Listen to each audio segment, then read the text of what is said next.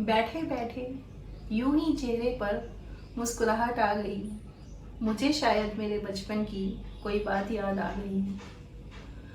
बचपन और उससे जुड़ी यादें हैं ही इतनी प्यारी। बचपन और उससे जुड़ी यादें हैं ही इतनी प्यारी।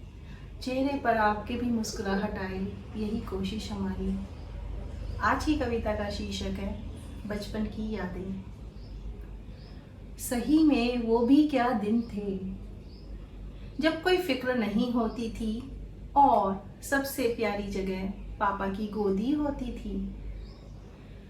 मम्मी की साड़ियां बांध कर जब घर घर खेला करते थे, तब कभी भी ये ना सोचा करते थे कि जिम्मेदारियां एक दिन यूं बढ़ जाएंगी कि अपने बचपन की यादें तक भी खो जाएंगी।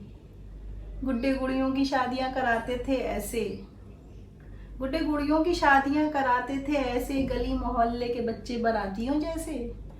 पकवान भी सारे मम्मी बनाती थी और बैंड बाजा भी दीदियां बजाती थी। तब तो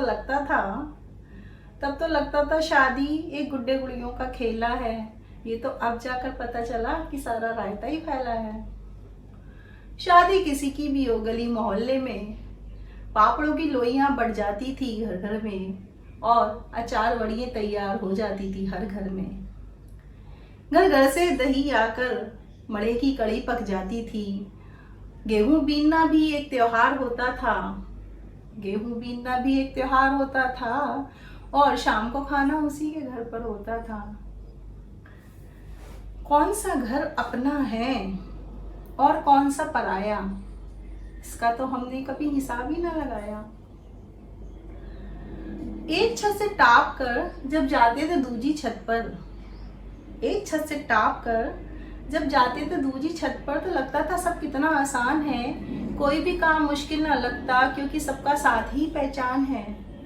दुनियादारी से दूर खेलते रहते थे मस्ती में चूर। असीम उत्साह और असीम शक्ति होती थी। आसमानों में उड़ने की इच्छा भी होती थी।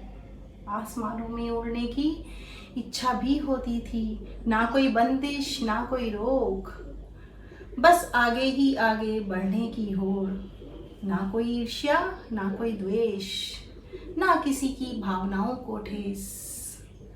तब होते थे हमारे दिल साफ और सच्चे, तभी तो हम सभी कहलाते थे बच्चे।